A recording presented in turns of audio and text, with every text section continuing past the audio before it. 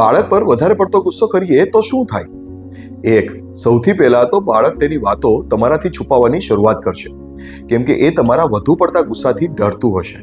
પછી ધીમે ધીમે ખોટું બોલવાની શરૂઆત પણ એ જ કારણથી કરી દેશે. 2, તે તમને જોઈને તમારા જેવો જ ગુસ્સો ઘરના અન્ય સભ્યો સાથે અને ખાસ કરીને તેનાથી નાના બાળકો સામે તો કરશે જ. 3, તે તમારા ગુસ્સાથી એવા ટેવાઈ જશે કે તમે જ્યારે તેમને શાંતિથી બોલાવશો તો તમને કોઈ પણ પ્રતિસાદ નહીં આપે. એટલે પછીથી કોઈ પણ કામ કરાવવા માટે તેમની સામે ફરજિયાત ગુસ્સાનો ઉપયોગ જ કરવો પડશે.